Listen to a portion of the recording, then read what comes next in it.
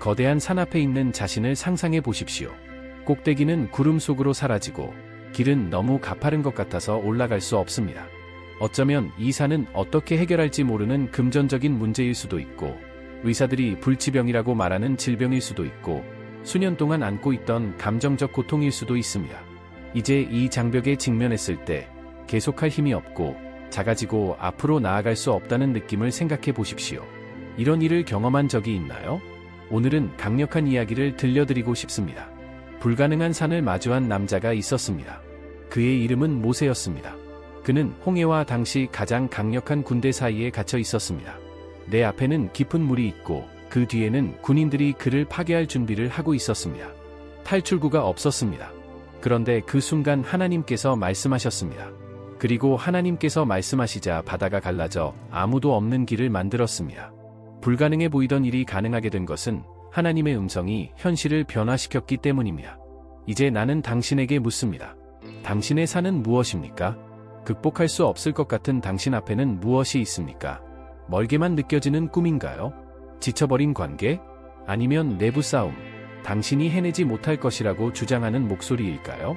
당신의 산이 하나님께 장애물이 되지 않는다고 말하면 어떻게 될까요? 그분의 한마디 한마디로 그것이 제거될 수 있다고요?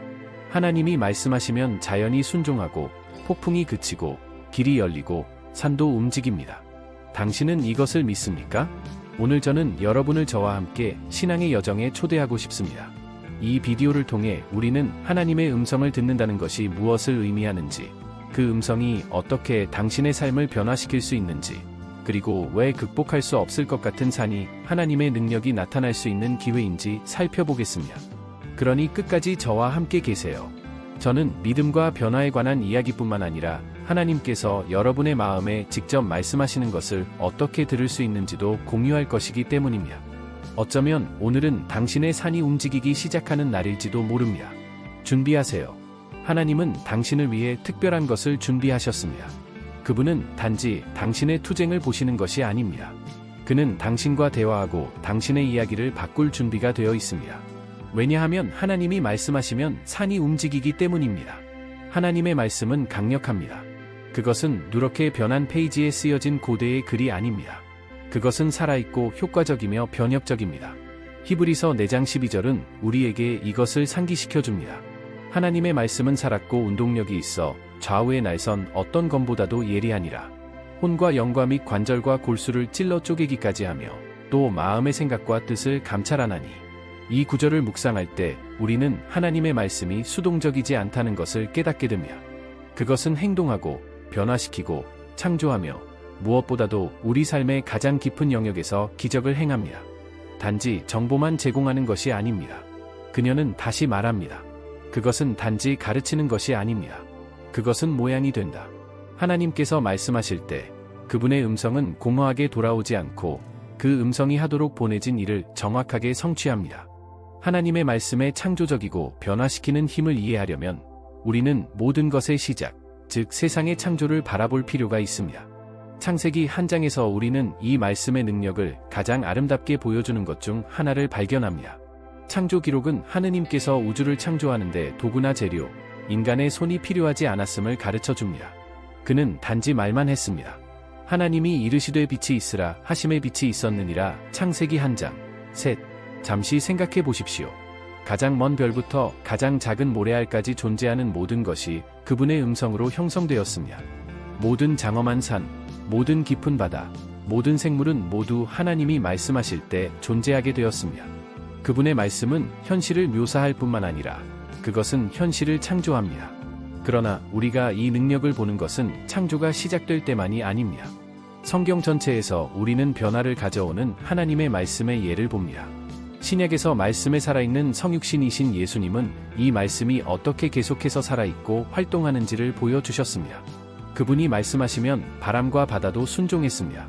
제자들을 놀라게 한 폭풍이 그쳤습니다. 마태복음 8장 26절. 그분께서 나사로에게 말씀하셨을 때 나사로야 나오라. 요한 11세 43살이었는데 죽은 지 나흘 된 사람이 다시 살아났습니다. 이것이 우리에게 무엇을 가르쳐 주는가? 하나님의 말씀은 시간, 상황, 우리의 이해에 의해 제한되지 않습니다. 창세기에서 그녀가 우주의 혼란에 빛을 가져온 것처럼 그녀는 오늘날 당신의 삶의 혼란에 질서를 가져올 수 있습니다. 그녀가 나사로에게 생명을 불어넣은 것처럼 그녀는 당신의 꿈, 목적, 믿음의 생명을 불어넣을 수 있습니다.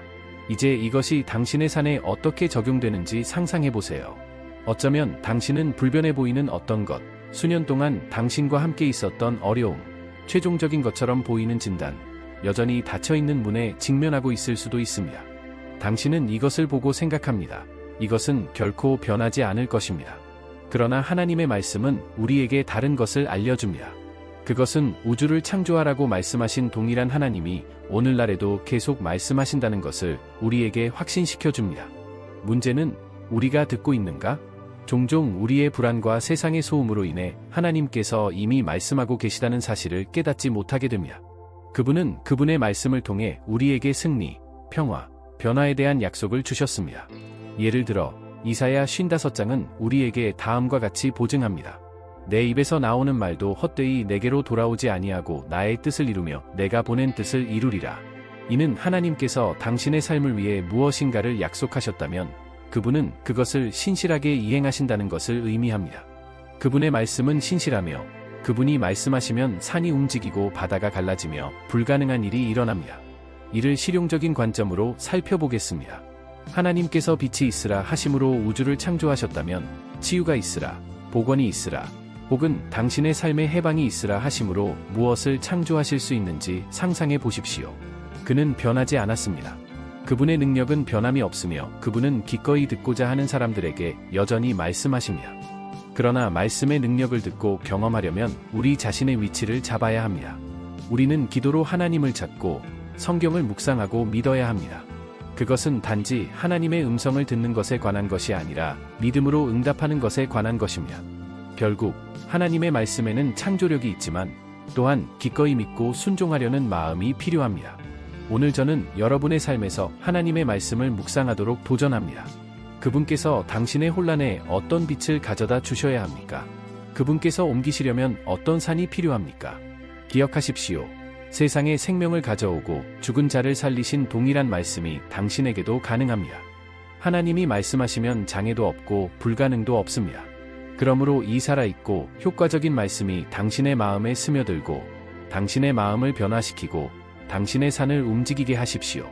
음성으로 우주를 창조하신 하나님께서 지금 여러분에게 말씀하고 계시기 때문입니다. 질문은 듣고 있습니까? 하나님은 비유적으로나 문자적으로나 산을 옮기는 일을 전문으로 하십니다. 성경에는 인간의 눈에는 불가능해 보이는 상황에 그분의 능력이 어떻게 개입하시는지 보여주는 예가 가득합니다. 이 이야기는 단지 과거에 대한 이야기가 아닙니다. 그것들은 하나님의 성품과 그분이 오늘날 우리 삶에서 어떻게 일하시는지를 드러냅니다. 이러한 상황 중 일부를 살펴보고 이를 우리가 매일 직면하는 문제와 연관시켜 보겠습니다. 홍해의 갈라짐 출애굽기. 당신이 이스라엘 사람들의 입장에 있다고 상상해 보십시오. 그들은 이제 막 이집트의 노예 생활에서 해방되었지만 곧 추격하는 이집트 군대와 앞에 있는 홍해 사이에 갇히게 됩니다. 그것은 절박한 상황이었습니다. 눈에 띄는 탈출구가 없었습니다. 그러나 바로 그 순간 하나님이 개입하셨다. 여호와께서 모세에게 이르시되 내가 어찌하여 나에게 부르짖느냐? 이스라엘 백성들에게 전진하라고 말하십시오. 출애굽기 14시 15분. 그러자 바다가 갈라지고 사람들은 육지 위로 건너갔습니다. 이 이야기는 존재하지 않는 길을 여는 하나님의 능력을 보여줍니다. 어쩌면 당신도 오늘날 비슷한 일에 직면하고 있을지도 모릅니다. 해결책이 없어 보이는 금융위기일 수도 있고 이룰 수 없을 것 같은 꿈일 수도 있습니다. 홍해는 우리를 무력하게 만드는 장애물을 상징합니다. 그러나 하나님께서 그분의 백성을 위해 바다를 열어주신 것처럼 그분은 당신의 삶에도 길을 열어주실 수 있습니다. 그분은 예상치 못한 기회를 창출하고 가장 예상치 못한 곳에서 자원을 가져오며 잃어버린 것처럼 보이는 상황을 변화시키는 능력을 갖고 계십니다. 열쇠는 탈출구가 보이지 않더라도 신뢰하고 앞으로 나아가는 것입니다. 여리고 성벽이 무너짐 여호수아 6장. 하나님의 능력을 보여주는 또 다른 인상적인 예는 여리고 정복입니다. 하나님께서는 여호수아와 백성들에게 7일 동안 성을 돌며 7째 날에 나팔을 불고 외치라고 명령하셨습니다. 인간의 눈에는 터무니없는 계획처럼 보였습니다. 소리치고 행진하는 것이 어떻게 거대한 벽을 무너뜨릴 수 있겠습니까? 그러나 사람들은 순종했고 성벽은 무너졌습니다. 여리고의 벽은 우리가 앞으로 나아가는 것을 막는 장벽을 상징합니다. 그것은 관계의 문제, 중독, 심지어 우리를 마비시키는 내부 의심일 수도 있습니다. 이 장벽은 요새화된 도시의 성벽처럼 뚫을 수 없는 것처럼 보입니다. 우리가 여리고에서 배우는 것은 때때로 하나님께서 인간의 논리를 거스르는 믿음의 행위를 요구하신다는 것입니다. 그분은 계획이 이해할 수 없어 보일 때에도 그분을 신뢰하도록 우리에게 권유하십니다. 만약 당신이 넘을 수 없는 벽처럼 보이는 것에 직면해 있었다면 기억하십시오. 하나님께서 통제하실 때 무너지지 않을 만큼 큰 벽은 없습니다. 예수께서 폭풍을 잠잠하게 하시다. 누가복음 장 절절. 신약성서에서 우리는 자연과 인생의 폭풍에 대한 하나님의 통제를 직접적으로 상기시키는 이야기를 발견합니다. 큰 폭풍이 일어났을 때 예수님과 제자들은 배 안에 있었습니다. 바람이 너무 강해서 제자들은 자기들이 죽을까 봐 두려워했습니다. 그들은 예수를 깨우며 말했습니다. 선생님, 우리가 멸망하게 되었습니다. 그러자 예수께서 일어나 바람과 파도를 꾸짖으시니 폭풍이 그치는 것이었습니다. 이 폭풍은 우리가 직면한 예상치 못한 도전에 대한 강력한 이미지입니다. 예고 없이 찾아오는 질병일 수도 있고 갑작스러운 상실이나 삶의 급격한 변화일 수도 있습니다. 제자들처럼 우리도 어려움의 바람과 파도에 압도당하는 듯한 느낌을 받을 수 있습니다. 그러나 예수님은 가장 극심한 폭풍우 속에서도 자신이 통제하실 수 있다고 가르치십니다. 그분이 말씀하시면 폭풍이 순종합니다. 그분은 우리가 배 안에 혼자 있는 것이 아니라는 점을 상기시켜 주시고 그분의 임재는 심지어 혼란 속에서도 우리에게 평화를 주기에 충분합니다. 이러한 성경적 예는 단지 영감을 주는 이야기 그 이상입니다. 그것은 우리의 산 앞에서 하나님을 신뢰하라는 초대입니다. 홍해가 갈라진 사건은 하나님께서 불가능을 행하실 수 있다는 것을 우리에게 믿도록 격려합니다. 여리고 성벽이 무너진 것은 우리가 그 계획을 이해하지 못하더라도 하나님께 순종하라는 도전입니다. 그리고 폭풍을 잠잠케 하시는 예수님은 그분의 임재가 우리가 직면하는 어떤 어려움보다 더 크다는 것을 우리에게 확신시켜 주십니다. 오늘날 산은 다른 이름을 가질 수 있습니다. 질병. 예수께서 병을 고치시고 생명을 주신 것처럼 그분은 당신의 신체적, 정서적 건강에 영향을 미칠 수 있습니다. 재정적 위기. 하나님께서 광야 사람들에게 공급하신 것처럼 그들의 필요도 채워주실 수 있습니다. 어려운 관계. 그분이 세상을 자신과 화해시키셨던 것처럼 그분은 깨어진 것을 회복하실 수 있습니다. 하나님은 어제나 오늘이나 영원토록 동일하십니다. 과거에 그분이 옮기신 산은 그분이 오늘날에도 계속해서 산을 옮기신다는 확신을 줍니다. 우리에게 필요한 것은 우리의 힘이 아니라 하나님의 능력을 믿는 믿음입니다. 지금 당신이 산을 바라보고 있다면 바다를 가르시고 성벽을 허시고 폭풍을 잔잔하게 하신 하나님이 당신 편이라는 것을 기억하십시오. 그분은 변하지 않으셨고 그분의 음성에는 여전히 당신의 현실을 변화시킬 힘이 있습니다. 하나님이 말씀하시면 산이 움직인다. 하나님의 말씀을 듣는다는 것은 무엇을 의미하는가? 요한복음 10장 27절에서 예수님은 심오한 말씀을 하셨습니다. 내 양은 내 음성을 듣습니다. 나는 그들을 알고 그들은 나를 따릅니다. 이 말씀은 하나님의 음성을 듣는 것이 어떤 사람들에게만 특별한 특권이 아니라는 것을 우리에게 보여줍니다. 그것은 주님께 속한 사람의 필수적인 특성입니다. 그런데 하나님의 말씀을 듣는다는 것은 무엇을 의미합니까? 소음과 방해 요소로 가득한 세상에서 우리는 어떻게 그분의 음성을 분별할 수 있습니까? 대답은 하나님께서 그분을 알고자 하는 모든 사람이 구체적이고 접근할 수 있는 방식으로 말씀하신다는 것을 이해하는 것에서 시작됩니다. 그분은 성경과 기도, 그리고 우리 마음에 직접 작용하시는 성령을 통해 말씀하십니다. 각각의 방법을 살펴보겠습니다. 성경은 기록된 하나님의 말씀이며 하나님이 우리에게 말씀하시는 가장 명확하고 직접적인 수단입니다. 그 페이지에서 우리는 그분의 뜻과 가르침과 약속을 발견합니다. 우리가 성경을 읽을 때 단지 정보를 흡수하는 것이 아닙니다. 우리는 바로 하나님의 음성을 듣고 있습니다. 예를 들어 의심스러울 때 잠언 3장 5절 63절에서 지침을 찾을 수 있습니다. 너는 마음을 다하여 여호와를 신뢰하고 내 명철을 의지하지 말라.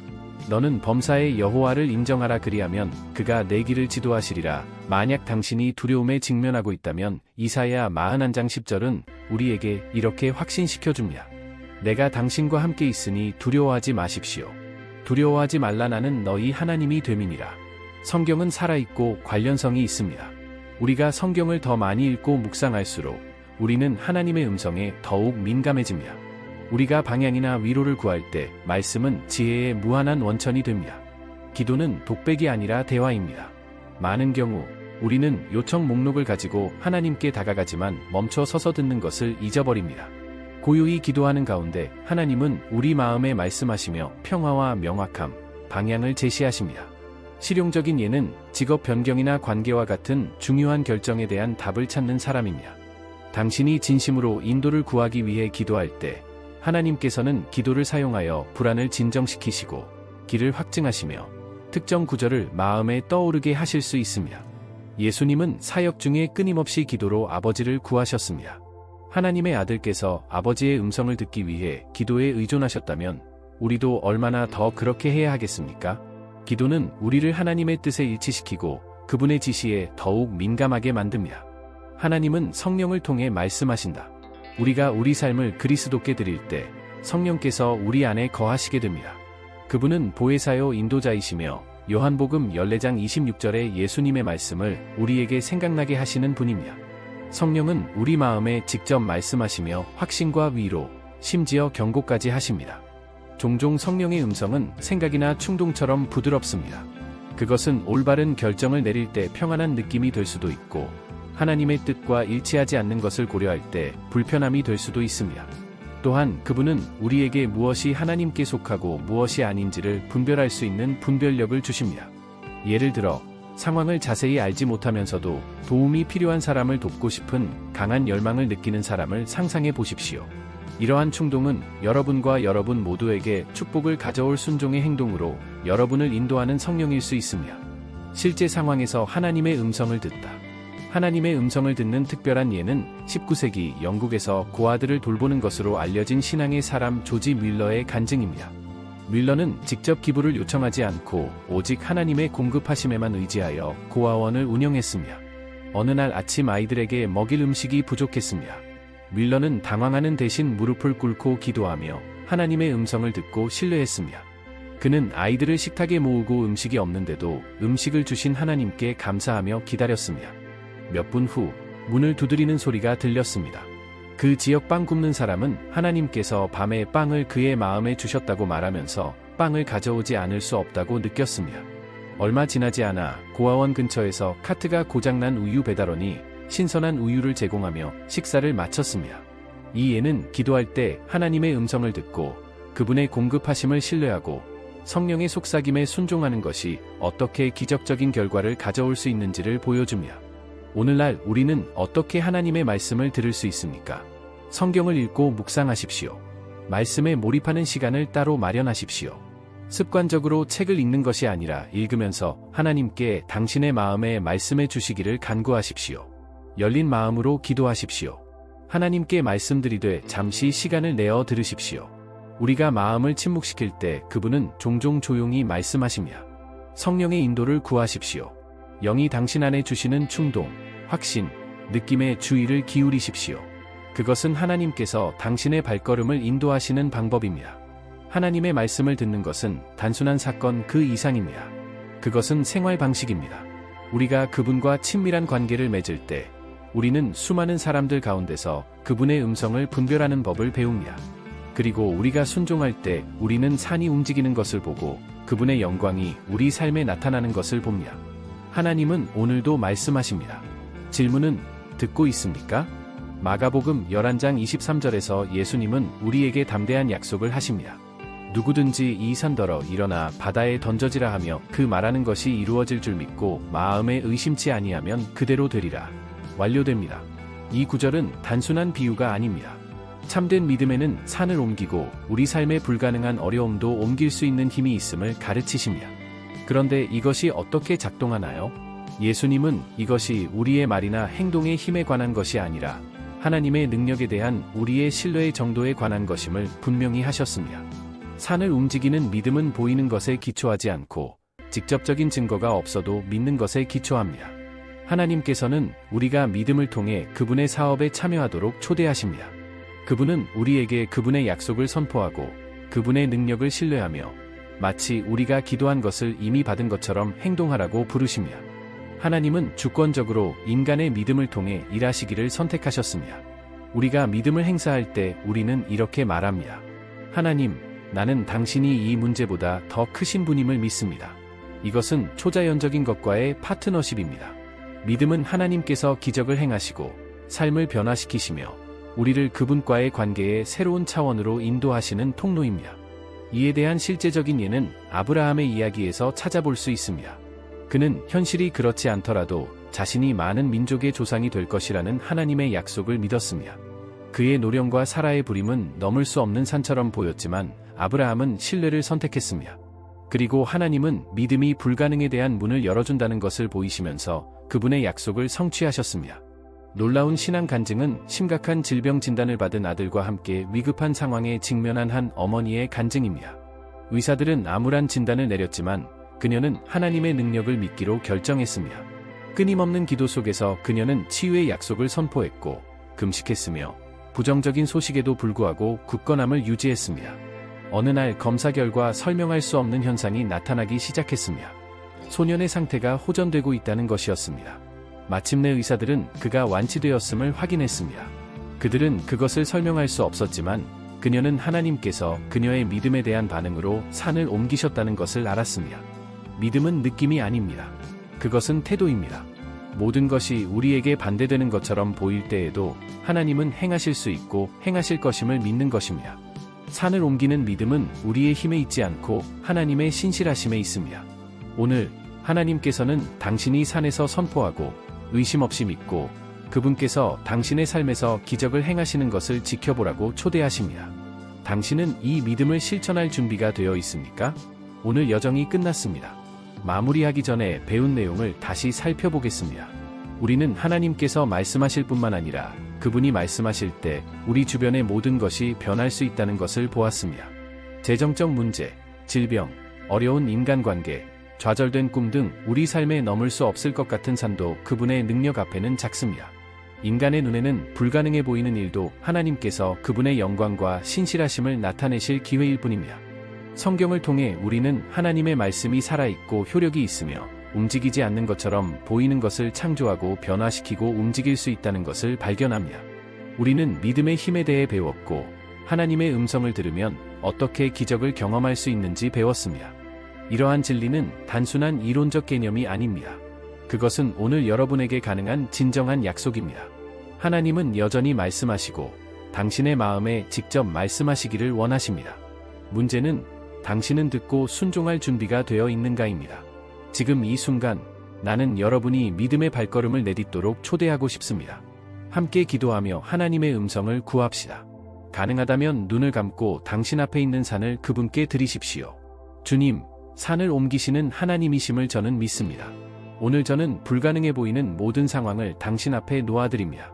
내 마음의 말을 걸어 내가 따라야 할 길을 보여주세요. 나는 당신을 신뢰하며 당신이 말씀하시면 모든 것이 변한다는 것을 선언합니다. 주님, 당신의 능력이 이미 제 삶에 작용하고 있음을 알기 때문에 감사드립니다. 예수님의 이름으로 말씀드립니다. 아멘. 이것은 시작에 불과합니다. 계속해서 기도와 말씀 묵상으로 하나님을 찾으십시오. 그분은 진심으로 그분을 찾는 사람들에게 가까이 계시겠다고 약속하셨습니다. 그리고 그분의 음성을 들을 때 믿음의 발걸음을 내디디십시오. 하나님은 말씀만 하시는 것이 아니라 행동하십니다. 당신의 삶에서 불가능이 가능해지는 것을 볼 준비를 하세요. 하나님을 믿고 그분의 음성을 들을 때 기적이 일어납니다. 그분은 혼돈을 질서로, 절망을 희망으로, 패배를 승리로 바꾸십니다. 당신의 산이 얼마나 큰지는 중요하지 않습니다. 하나님은 더 크십니다. 기억하십시오. 하나님께서 말씀하시면 산이 움직입니다. 이 메시지가 당신의 마음에 감동을 주었다면 그것을 혼자만 간직하지 마십시오. 오늘 격려가 필요한 사람과 공유해보세요. 친구, 가족, 동료에게 보내보세요. 아직 생명의 말씀과 동기부여 채널을 구독하지 않으셨다면 지금 구독하세요. 여기에서 여러분은 동기를 부여할 뿐만 아니라 삶을 변화시키고 행동으로 나타나는 하나님의 능력을 보여주는 메시지를 찾을 수 있습니다. 우리를 팔로우하시면 일상생활에 변화를 가져올 수 있는 더 많은 묵상과 성경 공부, 격려의 말씀을 얻으실 수 있습니다. 이 메시지가 더 많은 사람들에게 전달되려면 여러분의 참여와 지원이 꼭 필요합니다. 이 진리가 당신의 마음에 울려 퍼지게 하십시오. 하나님은 단지 산을 옮기시는 것이 아닙니다. 그분은 아무도 해결책을 볼 수 없는 길을 만드십니다. 그를 믿으세요. 계속해서 믿음으로 생활하고 하나님의 능력을 목격할 준비를 하십시오. 그분은 당신 곁에서 말씀하시고 인도하시고 당신의 삶의 산을 옮기십니다. 당신이 해야 할 일은 그분이 지시하시는 대로 신뢰하고 행동하는 것뿐입니다. 다음 메시지까지 기억하세요. 하나님과 함께라면 모든 것이 가능합니다.